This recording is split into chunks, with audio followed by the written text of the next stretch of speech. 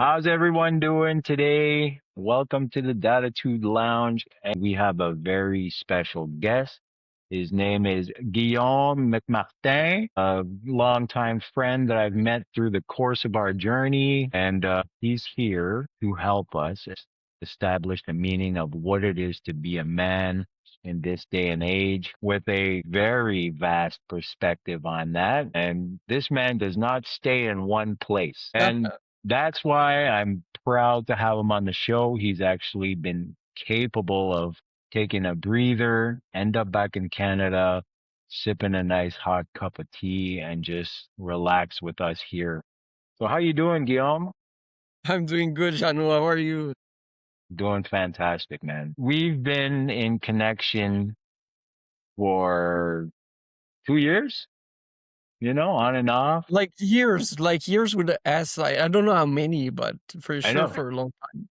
I know. And it was just one of those things where, the energy was precise. Our God fearing movement is on point. And of course, we're both trying to save the world, one life at a time. So tell me a little bit about that. I just seen that you got your book out. How about we start with that? Tell me what led you to this, and then we'll backtrack from there.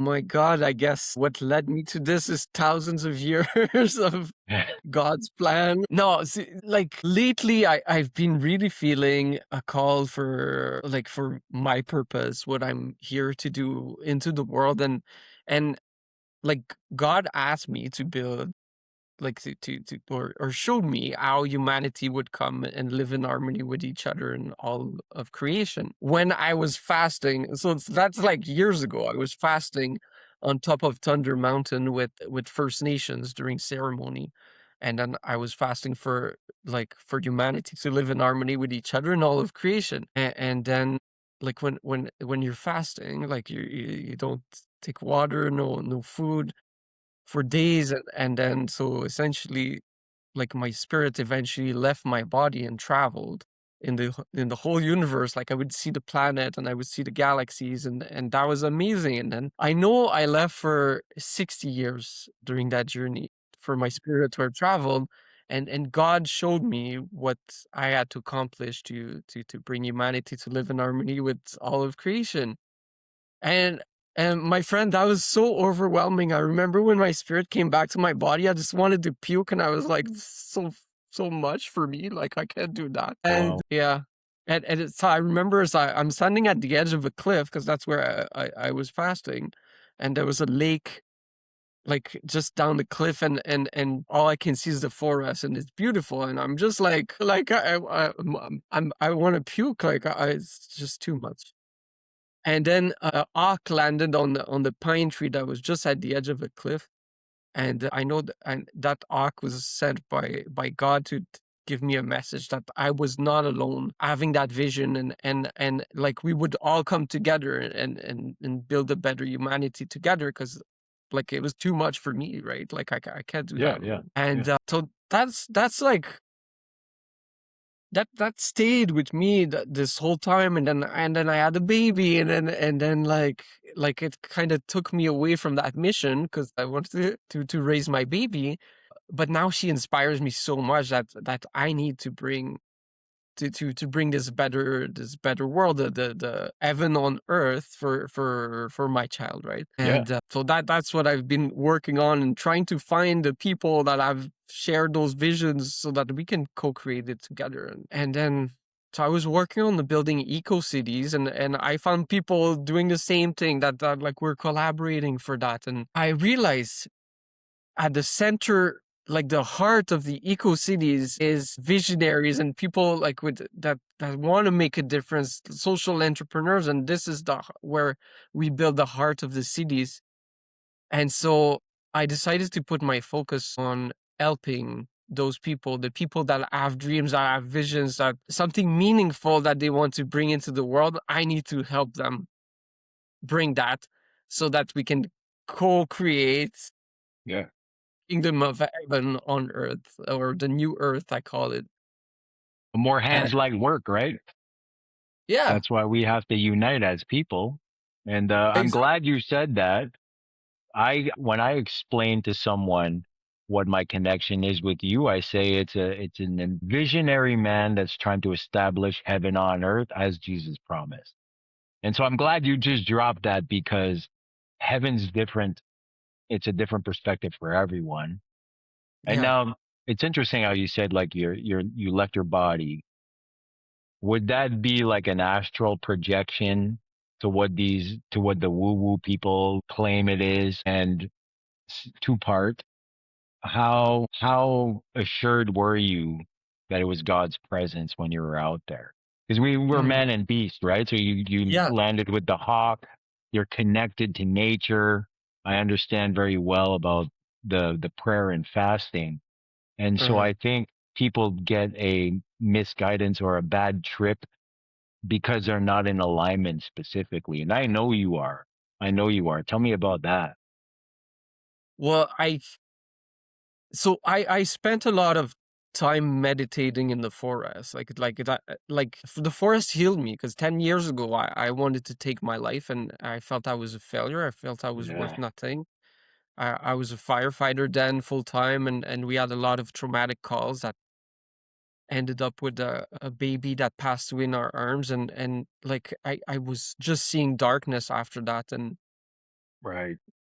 and yet and I didn't believe in God at the time, and like I thought I was smart and I was master of my own life, and now I know that God's my boss, and I just I tell that to everybody. You know?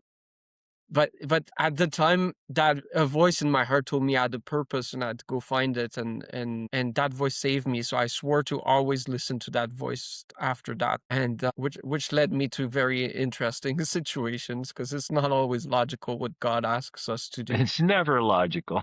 It is never. It never is. It But feels so out of when you place. look back at it, like you're like, why did I do that? Like years later, then you're like, oh my god, that was beyond logical. Like that's just so smart. But yeah, I at the time I spent a lot of time in the forest like that. Like I know the forest heals me, and so I prayed a lot in the forest, and I know like how God speaks to us through our hearts and like I don't do psychedelics or anything. Like I was in Tulum for the last 8 months in Mexico, and there's a lot of spiritual community there. That's like I respect them if they want to do all those psychedelics to talk to the universe or God or whatever they call the Great Spirit. That's the cheat But code, right? yeah, The cheat yeah, code. It's like trying to not engage in the actual parameters of true connection and or they don't understand how to connect so they use that like ayahuasca and DMT and yeah. stuff like that. Like, yeah, of Well, I don't like judge anybody for course. believing something different than I do, and I know like traditional those medicines were used by the traditional people of that place, and like if that's their way to connect with the creator, like that's okay, and I have to respect that 'cause Right. I'm a nomad. I travel the world and like I want to discover all the cultures and all the beliefs and 'cause I believe there's a piece of truth in each and every one of them. And like that's something that hurts my heart. I know we're like far from the question, but No, that's no, not something at all. that's something that's really hurts my heart is how like if we're all children of God, we're all brothers and sisters. Like, how can we fight each other over like small differences and like kill each other for religious reasons or like it's so painful to see or like why are we polluting our planet when it's God's creation? Like it's nature. Our planet is so beautiful, it's so perfect, and for me, like we already live in the kingdom of heaven. It's already here and like it's already Yes. perfect for us. And so like once we acknowledge that like how can we resent somebody else, how can we fight somebody else or pollute right? So like so we should treat this life like paradise, like we live in the Garden of Eden or like already. So I feel that's why I'm called to create the new earth or And it's not like a new age movement I'm creating to No, take no, people exactly. away from God. It's to bring them back to God, to creation, to like the essence that we're already being blessed with everything, and well, we can live in harmony with that blessing. So, would you believe, or it's just instinct, that in order for you to find peace as yourself, you had to suffer? And Jesus promises the long suffering as long as it's for its intended purposes. We have been promised a good life. We have to seek the kingdom first, but according to the beginning of our conversation, you weren't living in that kingdom 10 years ago. And being surrounded by the worldly way, we were automatically programmed to conformity of the world's ways without renewing the transformation of our minds, the renewing of our mind. So that's definitely what I'm hearing from you, is that at one point that renewal had to come because you were just not of this world anymore. Am I kind of on the same?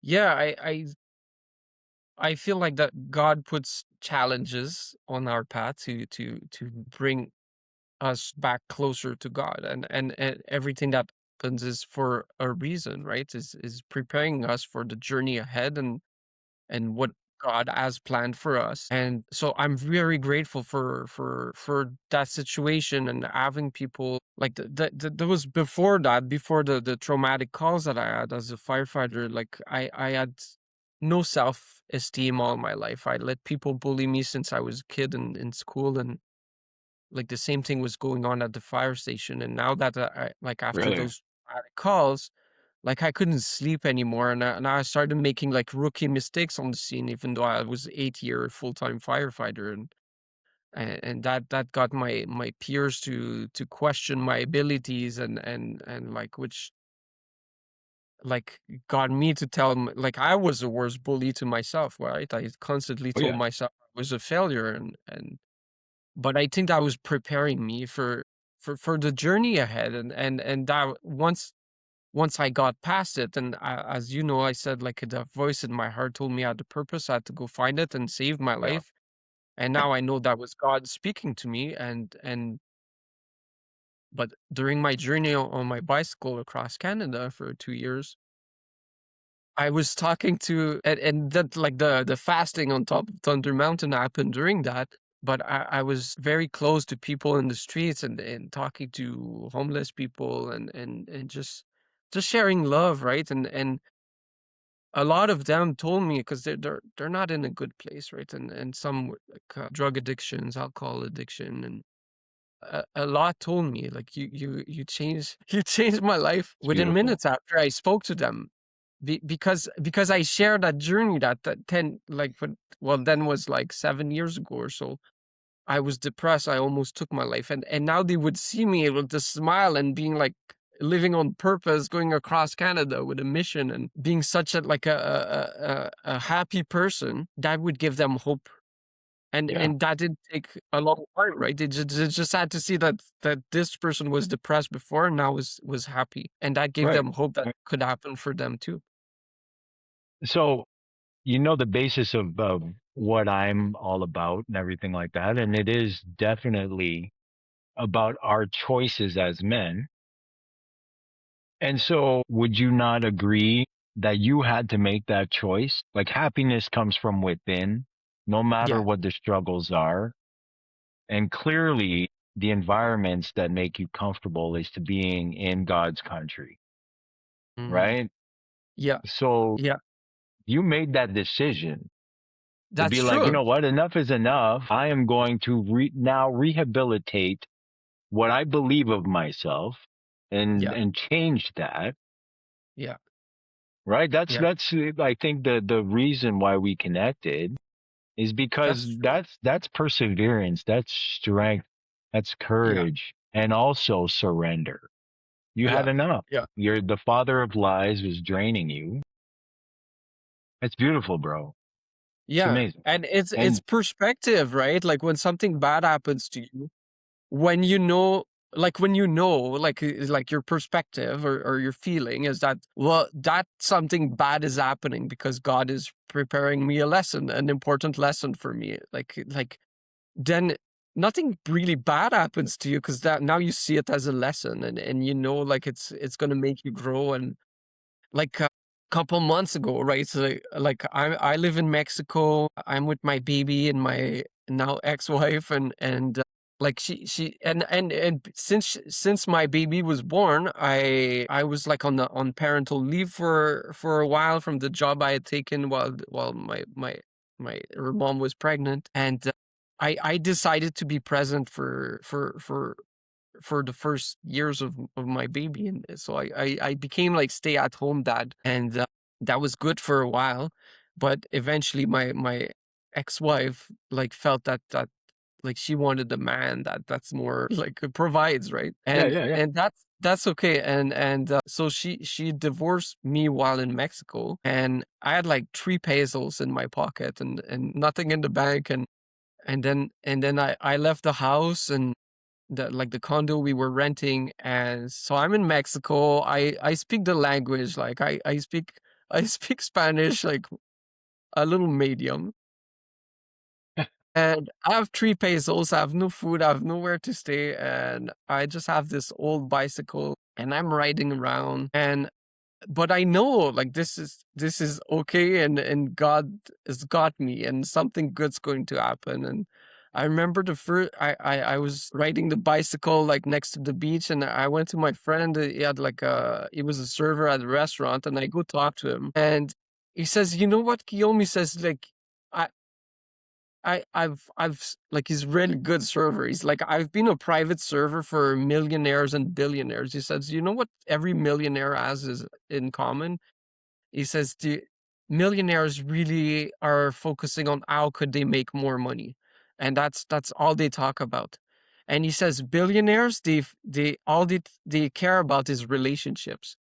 And he says, it's like from the moment I met you months ago, like all you care about is relationships. And he says, I know you're already a billionaire, even though you have 3 pesos. And I said, well, thank you, brother. And I just went on, and I was riding in the town, and another friend's restaurant, I just bike by, and he's like, hey, come over. Like, cause I had focused on the relationship before, and he offered me food from that his team had prepared like for to feed the kitchen, and like it was amazing, and I just left the 3 pesos there, and I said like thank you so much for helping me, and somehow like everything for the next few months, and I ended up living in a tent in the jungle for a while, and Yeah, then yeah, yeah. I on We the were place talking. by a cenote, like it was fantastic. I was living like glamping in a like super nice cabin by a cenote, doing an exchange there, helping the guy like deconstruct the place, and Right? Yeah.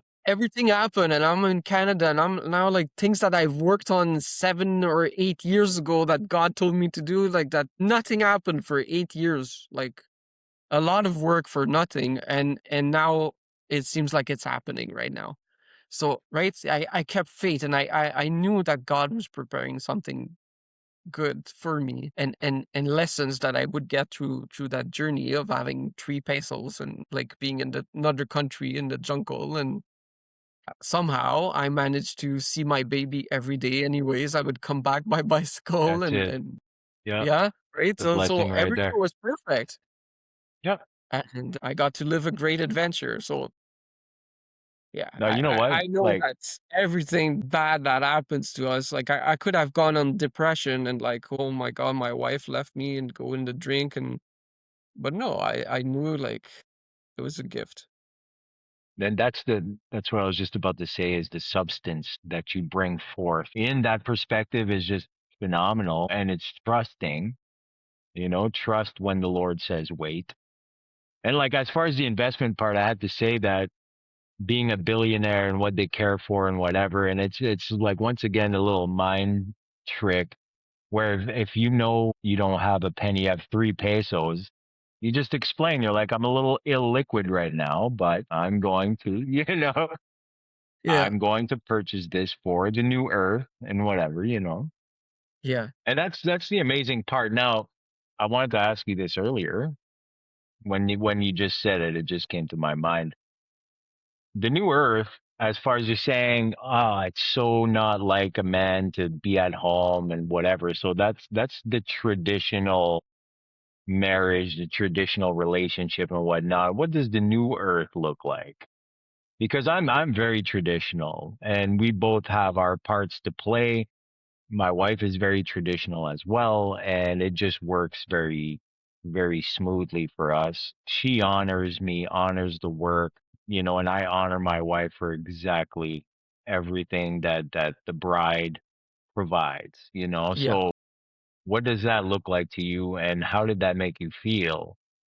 Because you were obviously providing in the aspects that she didn't see competent for you. Am I right? Yeah, well, like, I guess it's like traditionally she's been raised that way, and I like there's traditional values, right? And that's totally okay. And I think like because that didn't work out, like was the greatest gift that I could receive. Like she gave that to me. Yeah.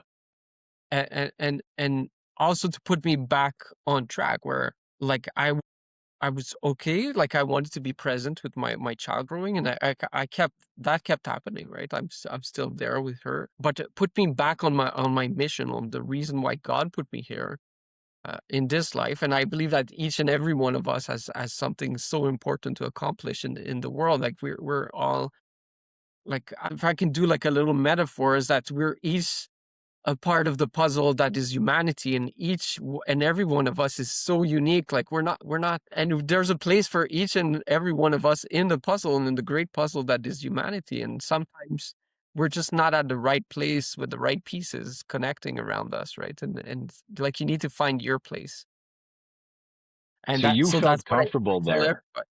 Yeah. Like that's Yeah. that's And you connecting with your feminine side. And I don't mean that in a physical way. Like we can share tasks and enhance our focals, you know what I mean, by doing so. yeah. Yeah, I get it. Yeah, and because, like, maybe that was, like, a past hurt from my childhood, or, because my dad chose his career over, so I spent a lot more time with my mom when I was a kid, when they divorced, because my dad, like, focused on his career, and I don't resent him for that, like, I guess I some some hurt from it, and I wanted to be present with my child as she grows, right? And my ex-wife's like, both thumbs were broken, so she was not able to take care of the baby, so she had to ask me to be there to take care of the baby because she couldn't, but she could do her work online, so she like, right? So, like, it worked well for a while, Right, right. but I think she brought me back on the path because I want to make a difference in the world, but back on the path of, like, purpose where I can make a difference, and I have partners to build eco cities, and like I'm back into action, right? And creating abundance back in my masculine energy, but I had to go in my feminine energy of being like the stay at like the mom, if you wish, at the home, or the stay at Yeah, home dad. yeah. And there's nothing wrong with stay at home dads. No, But yeah, I had to go like to both side both ends of it to find the balance, or the middle, because technically, like, you everybody should go for like the yin and the yang, like the balance of energies of feminine and masculine, right? absolutely. And I think through this whole journey is God preparing me to be a king in the new earth, and I don't say that like bow before me. I say that like I know you're gonna be a king, brother, and like there's so many kings and queens among us, the Thank people you. that rebuilding humanity, that are like Right. building the new earth, and there's many leaders there, and I believe that the most amazing leaders is something I've seen during a sweat lodge. In my first sweat lodge, living with First Nation, is that the children will be the ultimate leaders. Like they will let them with their dreams and their ideas for a better world. We'll let them guide us, and we'll like we're there to serve them because they are the next generation, and Yep. Yep. our And role the as upbringing is much different, right? Like yeah, they're yeah, they're they're prone to live the land, be a part of nature, Yeah. And even the differences that we have as the industrial scope and the money making and whatever. This is a system that we live in, and they might not see the benefits of how they're raised or whatever. But I'm in conjunction with that. That they're living by intuitive senses Yeah. before the system gets a hold of them, and then the temptations and everything like that. But as far Yeah. as a kid goes, Old system is and I don't want to fight the system. I wanted to fight the system for a while, and like I got arrested a couple times while during my journey for no way. for fighting like All right. colonization. Like, not arrested, but I got evicted by my snow igloo, for example, for, that I lived for in 2 weeks because, anyways, the lady that owned the house that we were protecting was being evicted because of, like, she didn't wanna pay taxes or, like, the city taxes for her house because she says that this land is part of the treaties that my people signed where we're not supposed to pay taxes, like the treaties from like Robinson Muir Treaty from 18 whatever year 51 I think.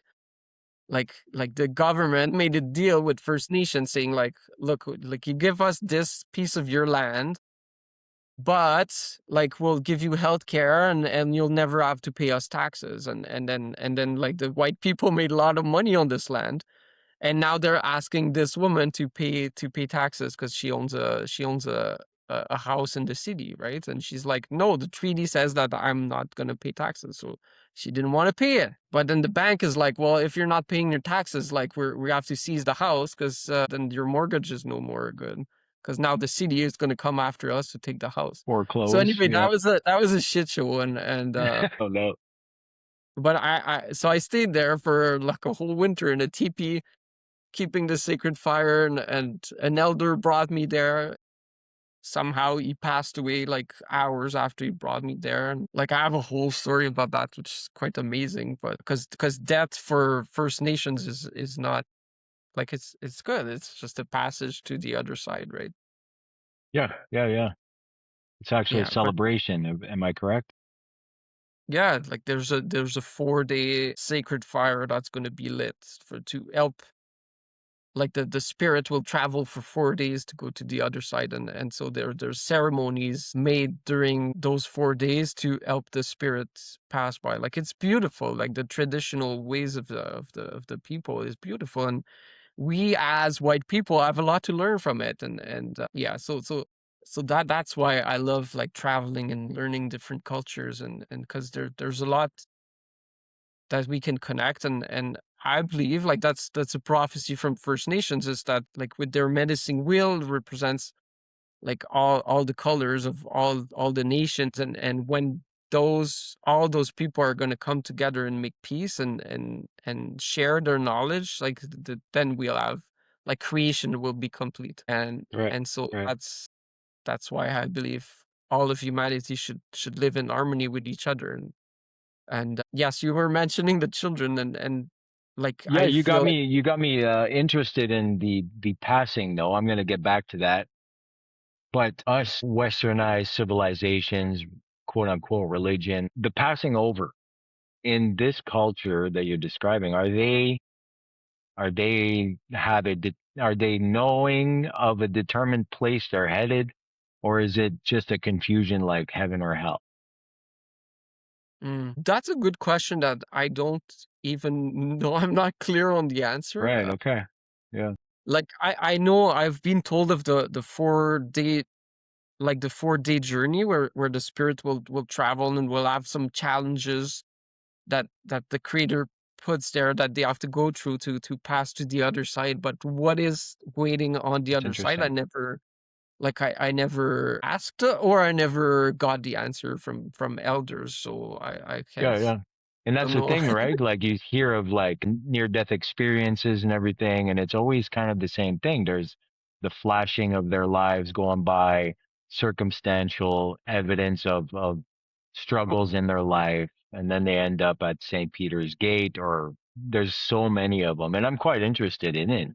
But I Yeah. culturally I never had to think outside of my scope, and that's just ignorance perceived. But like Well, and I that's I that's think the it's real very struggle, similar, right? like like they call God, and I've seen a lot of anger towards Jesus or God, but because of what the Catholic Church did in the name of Yes. Jesus, Yeah. like their assimilation policies in residential schools, like I've heard very, very horrible stories about that, and so I get the anger. But what I was sharing when I was living with First Nations is that forgiveness, like for me, forgiving the people who bullied me and for forgiving myself for bullying myself was the best gift that God gave me. Is like it removed so much weight off my shoulders. So, and I've met a lot of elders that were about forgiveness, and they really believe that. So, but yeah, there's like God, they like First Nations call the Creator the Great Spirit, and there's songs about it, like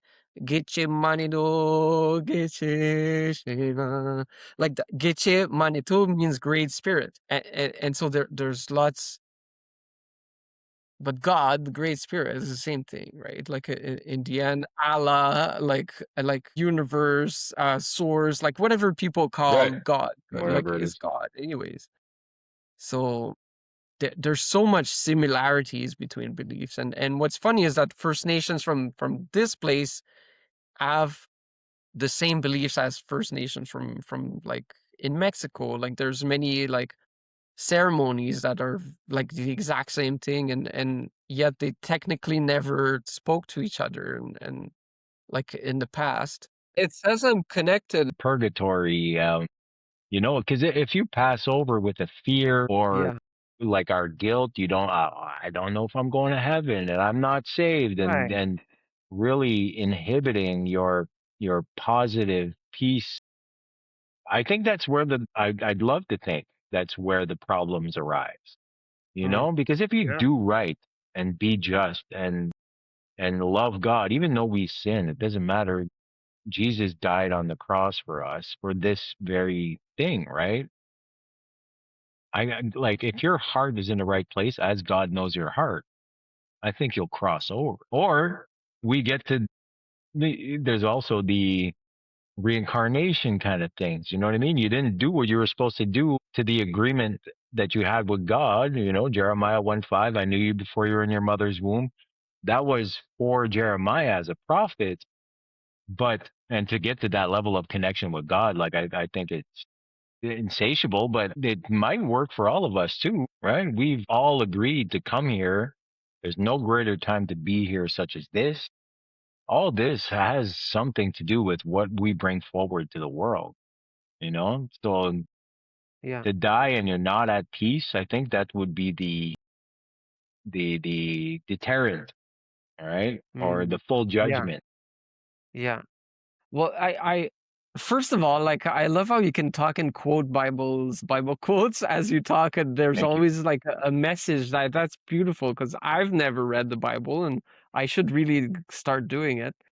But I love how those messages, like those deep teachings, are like you can connect them somewhere. So thanks for that. I didn't trust the anger. I didn't trust the ego. I didn't know what ego was. I didn't know why anger came. I didn't know where shame would come next. I would just literally let it fall on the table open, and it would give me an epiphany. It would give me grounding and whatever. So that's how magical the word is alive. And I think if I believed it and it was showing me that, and even when I didn't want to see it, or if I was in the middle of my sin, I always have the Bible app and the notifications right there. They're always there. And so I think that's forcefully because of me. And I yearn for that knowledge. So I wouldn't say I wouldn't say to not or to feel bad about this, mon frère. I think you're very spiritually bound. And if you would feed a little bit of scripture to it, I think you That's true because God told me to tell a woman a couple weeks ago that she needed to seek the wisdom of a king, and I feel like that might very well be already in the Bible. So I feel like that message was for me too, and so I need to I need to seek the Bible that I've never read. Like I've written novels on Jesus in his 20s because, and I've had visions of him, and prophecies from elders told me like that there's a man that came from across the ocean 2000 years ago and lived with them for 4 years. Wow. And a lot of elders told me that, and so I started writing, like I just felt called to write the story of Jesus here 2000 years ago, and that became a novel, and then a second novel, and now I know like Jesus is going to travel the world and learn from all cultures in his 20s. That's going to lead him to what we know in the Bible when he was 30 years old. And but I've never read the Bible. And but funny enough, a guy that read my novel said he spent 10 years after he left, like he was a drug addict, like hard drugs, and he left that to find Jesus. And so he spent 10 years looking for lost books of the Bible, and like the lost years, right? And he Yeah. said he sent me a list of 200 books that he found, and he said like what you wrote in your novel is like so close to my research, and I've never done it. Like it's not my story. I didn't write it. I don't know what I'm writing. I just like my dreams and like guide me, right? That's amazing. So yeah, that was really cool. And but so to come I to would the love to read that. Bible, like, oh, thank you. I'll send you a copy. Cool, cool. But yeah, you were talking about the like death and what that means in different cultures and for like Christians, and maybe that's in the Bible or not, I don't know, but I feel like if you fear death, like you're never going to live, and like death is just part of life and everybody goes through it, and so why are we so afraid of it? Like they're just, it's beautiful, and it's just another part of life where you go back to the creator, you go back to God, or but you should go back to God during your life, like because God lives inside our hearts to each and Exactly. every one of us. And he gave And us a, so a sound mind. He gave us a spirit of strength and a sound mind, not a spirit of fear. And so yeah. that's where it's the father of lies, like and we have that choice. And a lot of people don't believe they have a choice. They're just living reactively. And so I'm like, if I was choosing to live in darkness, and I was very in my 20s and then my childhood, I was very selfish. I felt I was owed. Nobody ever listened to me. I was told I didn't know how I felt. And I came to terms with that, not comfortably, but I know now what my superpowers are. Like I was given a gift, and I just can't listen to that. So why, after 25 years easy of just feeling sorry for myself, crying, and not having the proper wisdom, the education to move forward as a man, I never even saw myself to be. I just started making different choices. And that's it. And then like believing those choices, believing I deserve those choices. And that's where this all started. So it just kind of just hindsight's 2020. I started connecting the dots, and I still am. But your answers always come after the trials, right? Attitude is formulated on upbringings, programming. You're with your mother a lot, and that's right there the entirety of why I'm here. Right? My dad was always gone to work. He always put his business first. Money was the number one, and pride and image. It was always performance. And so that didn't really sit well with me. And when you said that, that struck a chord, because I think we have so much in common as men. That's a part of suffering right there. Yeah. Also, tell me about your Yeah. childhood. Like, how was that for you? And if you did hold, where was your decision making there to stop that? Mm. Yeah, that's a good point, and it seems like you and I shared the same dad, so that's funny. Yeah, maybe. Hey, brother, There's some yeah, things that it's like just matter they more. they made they made and they could be like Christians, but they made like money their god, like what they seek, Yeah. and Yeah. yeah, my dad, like I love him, and as he gets older, he gets more loving and caring and more back Yeah. to his essence. But he long made like money is God, and where like if he talks about somebody and they're broke, well then they're not an important person, right? Like they're not valuable, and only people who have a lot of money are valuable for him then. And now I appreciate that he's reconnected with love and with what God truly is, right? Amazing. And yeah, anyways, I don't I love him. And I had a chat with him yesterday, and he convinced me to go back to Quebec to visit. So that's great. Amazing. Yeah. And so, but for my childhood, so as long as I can remember, like I was always small, like a small kid, and so there was a lot of people wanted to prove their strength and their masculinity by beating me up. So I did I took a lot of beatings in the schoolyard, but I never wanted to snitch on anybody. So when the teacher would come by and see if I'm okay, we were just like, hey, we're just playing. And so I always kept that inside, and I never cried as a kid. I remember my brother would cry a lot, but like I would say like, no, men don't cry, and I always kept that inside. And like this is something that I lived with First Nations is sitting around the sacred fire and like a sharing circle where we talk, and like that let me cry a lot, and I saw other men crying and sharing their stories, and I thought that was so wonderful and something that my education as the man don't cry was not right. There was something wrong about this. Like the same thing happened at our fire station after after that baby passed away in our arms. The chief sent a psychologist at the station to talk to us, and we rejected her. Like we said, like, no, we're good. Like go away. And I know all the guys needed that so much. Like we needed to talk about it, but we just buried it because we're men and we're proud. And like So for the destructive. next following months at the station, like that, it was much negativity and anger, and because we didn't share. And so I know all my childhood I was just always just burying everything, and so I had a lot of anger and fears, and that was all piled up. Man, that's definitely Yeah, something difficult to go through. And like now you see you have your own child, and I bet everything, your perspective on care has just augmentated, and love and support and like safety and all that. I only have me to compare. I didn't want any kids. I was always good with kids if I can give them back, and then I would yeah, just skedaddle. And yeah, like I, everything all changed when I met my wife. Yeah, I went through all the phases. I don't know what I'm doing. I don't know if I'm going to be a good dad. Space, and it's the security that you bring to them, and then it's so ineffable. I can't even speak of it.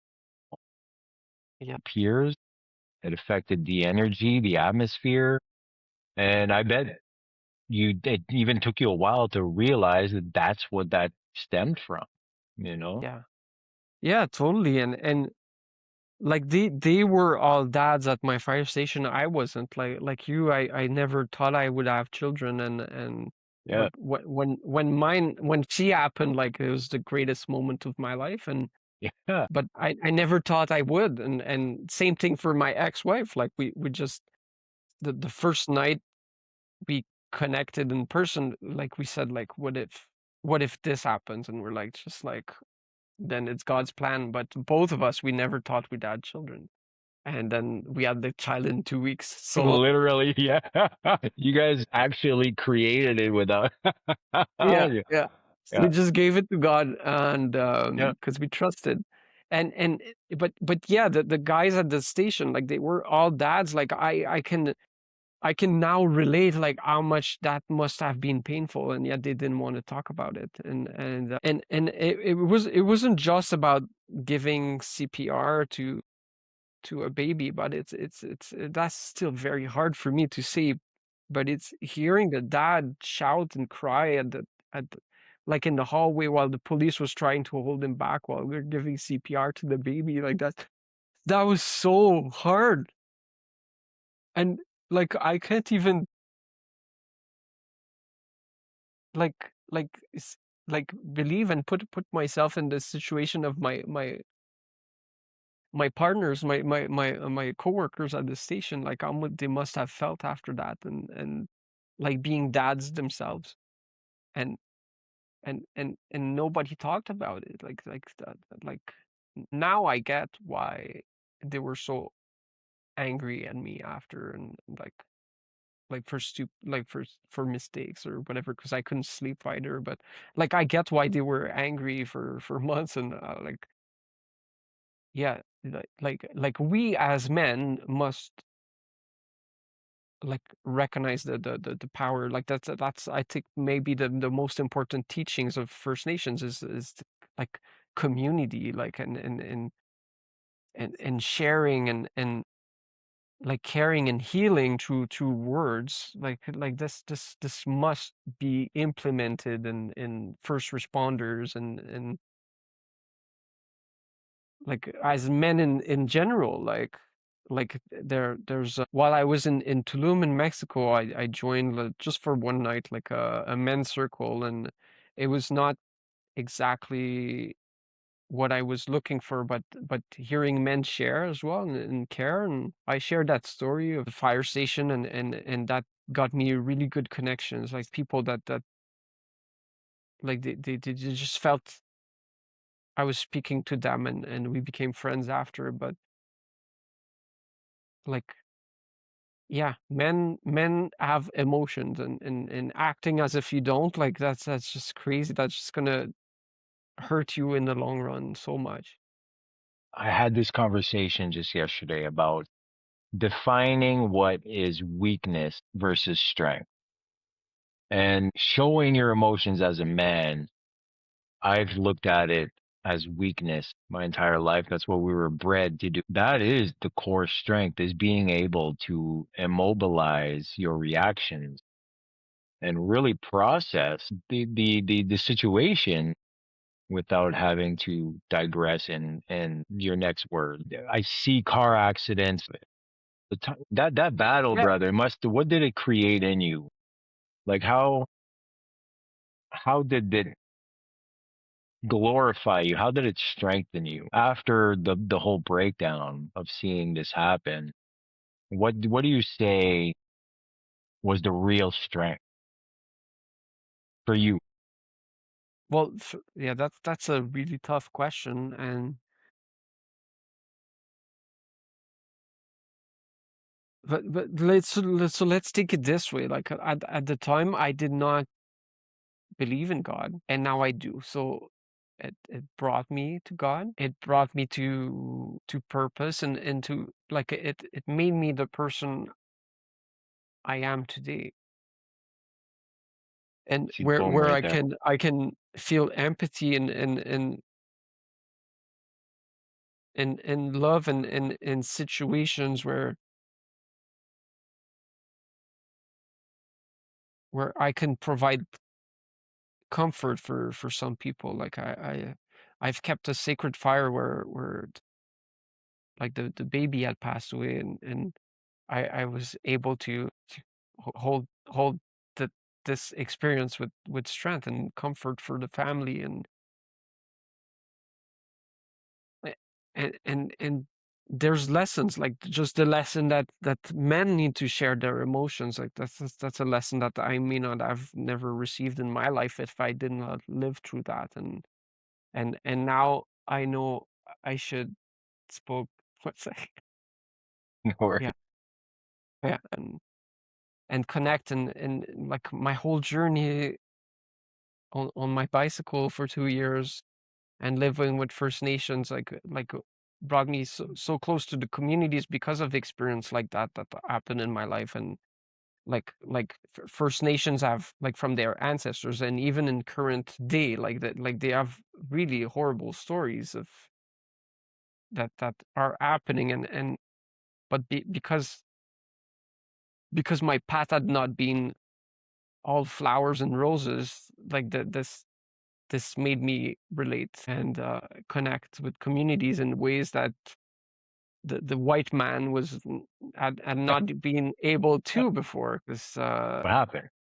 You yeah, know, doesn't matter yeah, your color, doesn't matter your where you're from, your existence. They just you're human. yeah. And so was that an uncomfortable feeling when you just like you're tagging along and then they just bring you into their circle, feed you and everything? Tell me about that. Well, like one of the friends I had in First Nation, he said, like, we all bleed red. Like we're the red blood tribe, Yeah, and there's no difference between colors. And I know this is a big, like, I learned much later. At first, like, it was weird, right, to be in a First Nation ceremony and being white. yeah, yeah. But like the medicine wheel and the prophecies, a lot of elders told me, like, if you see a teepee and there's a fire, like you see the smoke coming out, like everybody can walk in, and no matter your religion or your color, everybody is welcome. And that's something that I really cared about. First Nation is how open and generous and loving they were. And my thoughts before, because I was like, I look like I'm 20, but I'm actually 40 years old. So I remember when I was 5 years old, there was the Oka crisis in Quebec, where the Mohawks were, I could see on the news, were shooting at the police. And in my head, like, First Nations were violent people and they were angry. Right. And like, if my dad, like, at 5 years old, I'm thinking, if we drive through a reserve, like, that I much prefer calling a village today. So if we drive through one, like, are we going to get shot at because they're angry, like natives, right? And that's my perspective as a 5 years old. And when I lived with those communities, like, I saw how generous and welcoming and like truly giving that they were. And even if people didn't have much, they would be so generous. And yeah, that my perspective completely changed. That's the epiphany right there. I'm bit like that's you connecting the dots from your belief that was no ends or buts, Yeah. right? Somebody gets bit Yeah, by a because dog. They don't yeah. like And dogs you the see rest of that their life. on the news, and then you start eating all the dogs, even if you're not the one being bitten, because Division. Yeah. the Division. news. I'm not. I've been on the news and I've inspired people on the news, so I've nothing against it.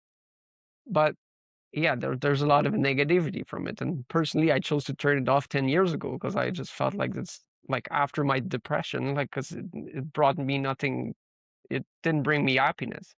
It's made to divide us. It's made to make us fight. And I did Right. the same as you. I don't listen to the news. I have a father, 74 years old, and he is entertained by it all day long. And I tell him daily, shut it, Dad. You know, they like fortify your walk with the Father. You spend more time being outside. Like, what? Why? Why entertain yourself this way? All Yeah. right. So I get it. Like, you can definitely inspire people, and it'd be much more graceful if you were face to face. I believe. Like, Mm. Yeah. Yeah, that's true. And but I think this is what I managed to do when I was interviewed on the news during my journey, was to inspire others. Because I've seen people at the first powwow I went, like, a year later, and this girl is like, "Hey, you're the guy on the bike." And I'm like, "I've never met her, but she's seen me on the news, right?" And she amazing. remembered because my story inspired her. And on the news, I was talking of how I almost took my life 10 years ago. And now well, now, like, 8 years or whatever that was then. And that inspired her, and she remembered the story, right? So I think, like, That's I beautiful. I mean, if the news did more of that, then maybe it would be completely It would different. change Like you the said, like world, it used to be. Yeah. but it takes one man and then another to follow and another to follow. You know that we can change that perspective, and that's just the power I want to offer our men. Is that even though all this crazy stuff is happening, we don't choose to see it. And I'm very grateful for that. In my prayers, I'm always asking, why? I don't need to know the answer, but why am I being blessed so much? Is it because of 30, 25, 30 years of suffering in darkness by my own merit. And now I choose to shut it off. I gracefully pray for it when I hear about it, but it's not in my front yard. Right. And like I live on Mount Zion, the Zion Road. So I'm grateful for that. It just reminds me every day that if there's a mountain in my way, I speak truth and I speak God to my mountain, right? Yeah. I don't go to Yeah. God and speak about my mountain that's in my way. It's the other way around. I carry God all day long. Yeah. That's true. And that reminds me of one of my coworkers at the station was now there was like 250 firefighters in the fire department, so I'm not naming anybody, but he was like watching the news and angry at Muslims and really have a lot of anger against Muslims. And I'm like, what did he do to you personally? Did I said that, have you ever had a conversation with a Muslim? Because like for me, like the few I've met were so nice and kind and generous. Yeah, And right now I live with Muslims for past couple months and like they're so welcoming and beautiful people and amazing. so yeah, I think those, you know, like the news portray a story that may not be right. And for me, when I took that journey on the bicycle is I went canoe camping in northern Quebec with my dad actually, and we drove to a First Nation village and there was two, I remember their face, and there was two young women missing a poster that's saying like, have you seen them? And that put something in my heart, like I had to do something about it. And I remember coming back from canoe camping for a few days and I called the chief there and I said, I want to do something about it and I don't know what yet. And he kind of laughed and he said, well, not laughing at the girls, but just because I didn't know what I was doing. And he said, okay, like you do what you have to do. And 2 days later, I was on my bicycle about to cross the country to deliver a message of peace, love, and harmony that God put in my heart. And I rode for 2 years for Every Child Matters and wearing the shirt and the colors. And I was asking First Nation forgiveness for what my people had done to their people. And I think that's like, I got such a warm welcome in communities for that. And there was a few people angry at me that threatened me and but those were rare. And most people were very welcoming because I didn't come with an agenda of like anything. I just wanted forgiveness and not for something I had done, for something that my people had done in the past.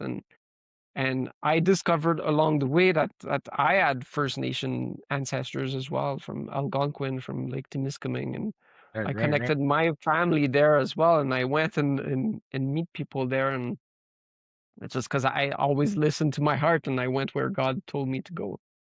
And Absolutely. yeah, it's been an exceptional journey that led me to have a child and that completely changed my life. And even though I did not finish and I did not get to Yukon on the bicycle, which was my plan, and then I was gonna horseback from Yukon to Argentina, like And yeah, yeah, but oh, on the amazing. horse, like I thought it'd take me 10 years because I know myself. Like it took me 2 years to go from Quebec to Ontario, like because I the further I went, like the more I connected with the communities, and I was invited, like stay, please, please, and I felt like God was leading me on that path. Was much more like the journey was much more important than the destination. And anyway, I I was love heading you to just said Yukon, that, and man.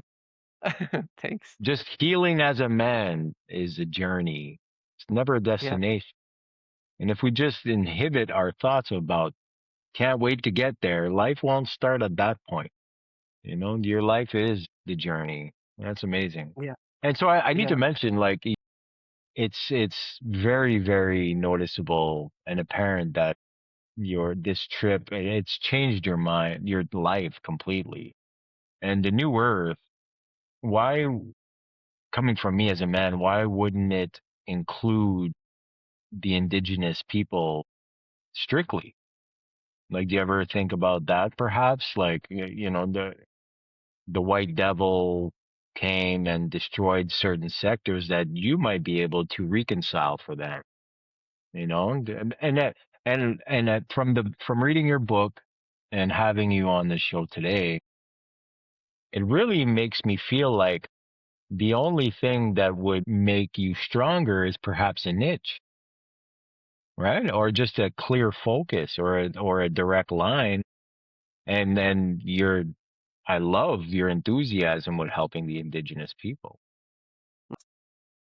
Yeah, I've long considered making it my focus, but at the same time, what the indigenous people taught me is that like all humanity is one, right? Is as a whole, and it is when we all come together as there's prophecies about the rainbow warriors, which is people from all over the world, from all colors, That's cool. coming together to protect humanity, to protect our planet. And like for First Nation, like the planet is very important. But I feel as a white man, like the planet is so important because God created it and Yeah. like it's Yeah. Yeah, perfect. yeah. And I call it Mother Earth, and I'm really very connected to Mother Earth.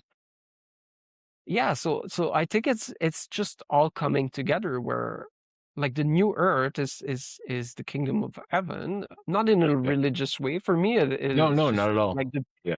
the beauty that God created for us, and I just happen to call it the new earth, and this is nothing to do with the new age movement that kind of rejects religions, right? It's just it's compared to the old earth energy where it's led by men that want power and control, and now we're transitioning to an era that's more connecting with our feminine energy where women typically in communities would care about the community, would care about like the growth of children, about love and community and collaboration. And I feel like this is where the old earth energy from masculine, competitive power and control shifts the energy towards the children and the women and of collaboration.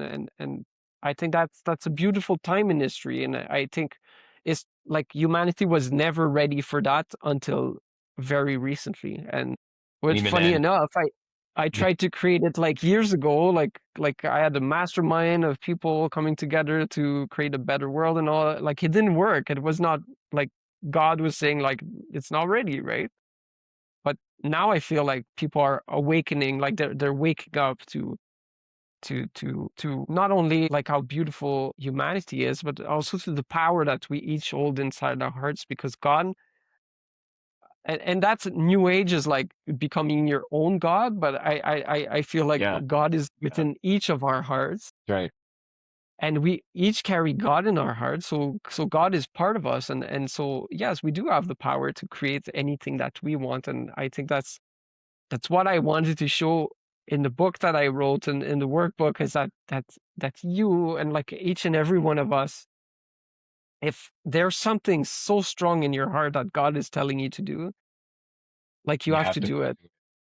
Yeah, there's nothing that's gonna stop you, and like you have all those beliefs like, well, I don't have enough money, or I don't know enough people. Like, who am I to do this like this big thing when I'm just this little small human? And And it takes one human. Yeah. yeah, yeah, and I've done everything that my heart told me to do in the last 10 years, and like sometimes it's crazy, but it works. And there's people that are inspired by it that are gonna come along or they share when I share like a vision or a dream or somebody else shares the same and now wants to collaborate because now you don't feel alone and like it's just magical. So that's why I wrote that book is so that I want to help everybody co-create their Yes. Yes. visions, their dreams, and this way, when your dream comes with my dream and my dream and this dream and this dream, now the new earth is being built from the dreams that we carry in our hearts. Amen. Amen. Yeah, And in Deuteronomy 8:18 says God gives us the power to create wealth. And yeah, wealth is not finances. Wealth is living in abundance. But yeah, that's what it is. We must put our energies, our sources, our spirits together and really build. yeah, This is the one and only book that's never been brazed by fire. It's always lived on, and it connects to everything that goes beyond my experience. It's beautiful. It's beautiful. Yeah, But yes, the thanks power is for saying within that. us to make those choices. Yeah, yeah. I was just thinking about Yes, please.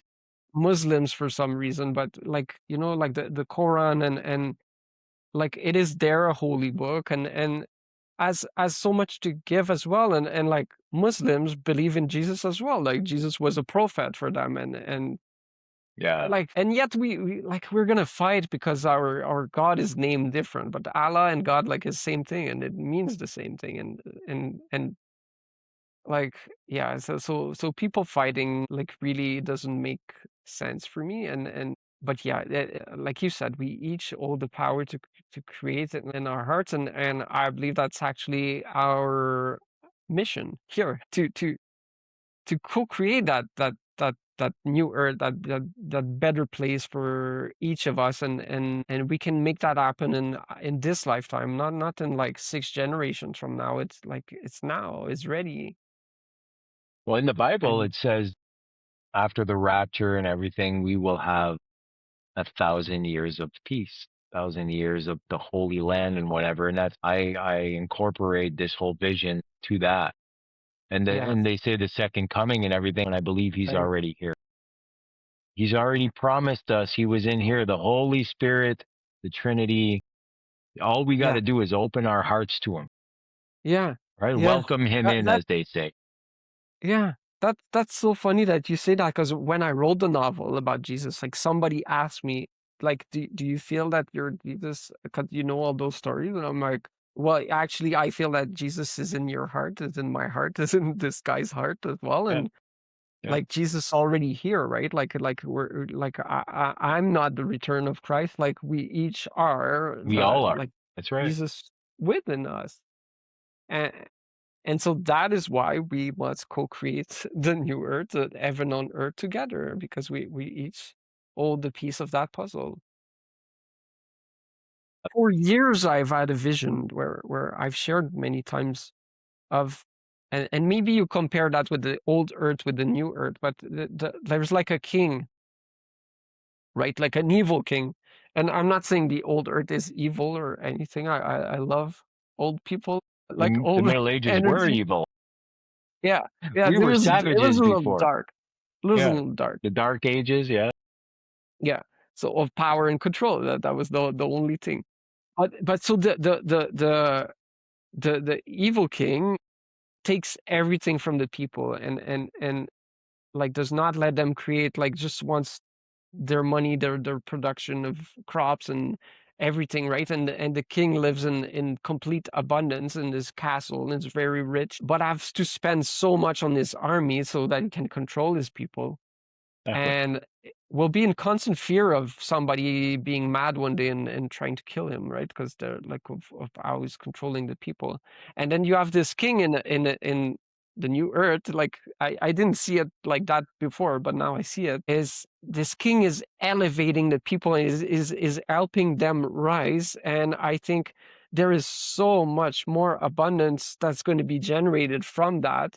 Like the king is going to become a lot more rich than the king that takes everything from the people, just because now everybody rises. And I think that humanity is at that point where we all elevate each other, we all rise together, and all the abundance that's going to be created, be it money, but like Mother Earth gives us everything that we need to feed and The yeah, now we awakening, can brother. rise and with permaculture, like yeah, Yeah, it's yeah, yeah. like it just like there's so much that can change right now for the better, where there's so much more abundance that's going to be created and so much and that's going to be done in harmony with nature and sustainability and everybody's going to rise together. And I feel that we're at that point in history where we either give up and I let the think so too. system fall apart or we build something that's so much more amazing that the people that are in the old system are just going to look at it and be like, well, that makes a lot more sense now,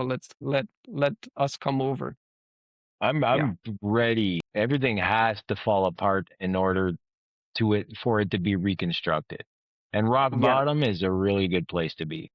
These systems are just not working anymore. And like I said from the beginning, God will use evil to do his work. So uh, let the wolves eat the wolves. You Yeah, know, yeah. they'll lead the But at the sheep too, same and some time, sheep will survive. that's true. But at the same time, I met people on my journey that were ready to take down the system. They had like a organization to take down the Anarchy. government and yeah.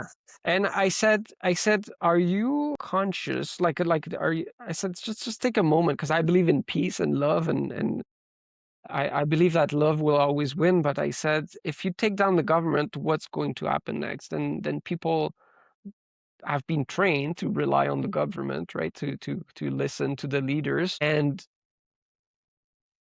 now like where's electricity and Wi-Fi going to come from? And there, if there's no more, like if you take down the system, I said, what's going to happen when you take down the system is that the people will have fear and they'll be lost, and then the first person that comes with power will take over, and then you just have like a dictatorship because people Another, yeah, need. exactly.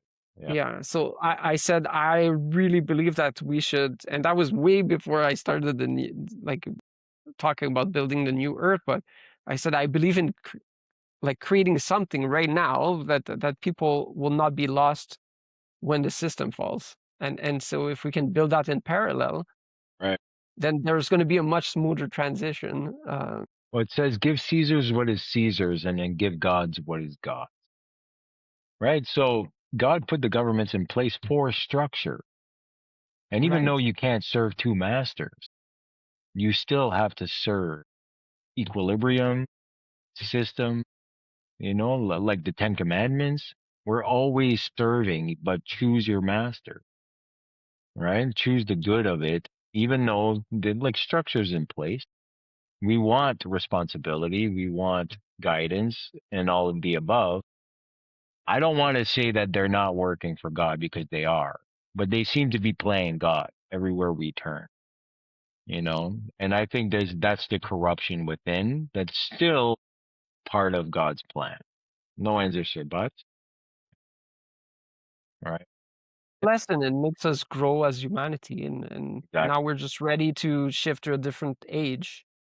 Like, Yeah. there's like the Middle Ages that was quite dark, Now we're going and into the then Aquarian age. right, Everything is and that's fluidity. good. I love that. Yeah. Yeah, So what's yeah. the next steps for Guillaume? Do you think you're gonna find an epiphany? Most probably, like there always is wherever I go. Like I don't know yet what's waiting for me there, and I don't try to. Like I gave up on planning in my life because I know God's plan is much better than my own. So I just trust. Right. Yeah. And I tell God every day, I love you, I thank you, I trust you, I serve you, and I praise you, and lead me where I need to be today. And that's been working out very good for me for the past couple of years. So I don't know what God has planned for me in Quebec, and I don't, like, it's not even sure I'm going yet, but it looks like it. And then after that, I don't know, but I trust that everything's gonna work out, and I would love to travel the world and go speak on the stages and just empower people, right? That they can to bring their dreams, their visions to life, Yeah. so that we can co-create a better humanity together. And I want to do that with children, with our children's foundation. I want to inspire and elevate children around the world, and that's where I feel God is leading me on my journey. To But I don't become know a what's child. happening tomorrow. What's Yeah. that? To become the child that you once were. You Yeah. know, that the being a child of God is being on your knees, pulling on his cloak, asking for favor, asking for direction.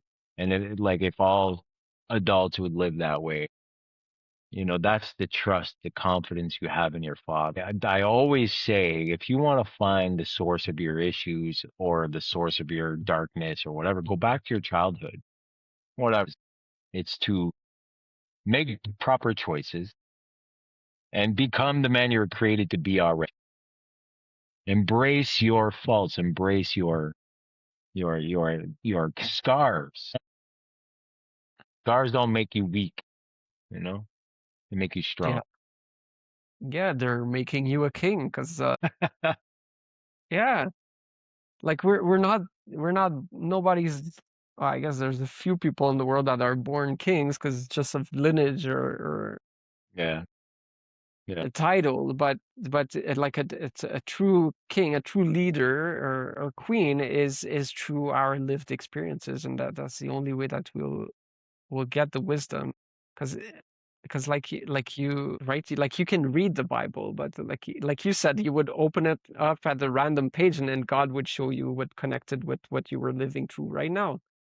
And I think that so the what you're living through right now is where you get the greatest wisdom, and then you can get the scripture to make the connection that this is actually a lesson, a teaching. Matthew 6:25. Hold no thought Yeah. for what holds tomorrow. Mm. Why worry about tomorrow when today holds Yeah. enough? Yeah. Why add worry to yourself? As my playbook on my book, it's seek ye first. 1 Corinthians, it states like we are the temple. So it's just like it's encoded. It's there. You have to seek for the answers, but why worry? The present moment is all we got. Yeah. Yeah. And like, You're a what warrior. can you do right now to like to to head towards that vision of yours, right? Yeah.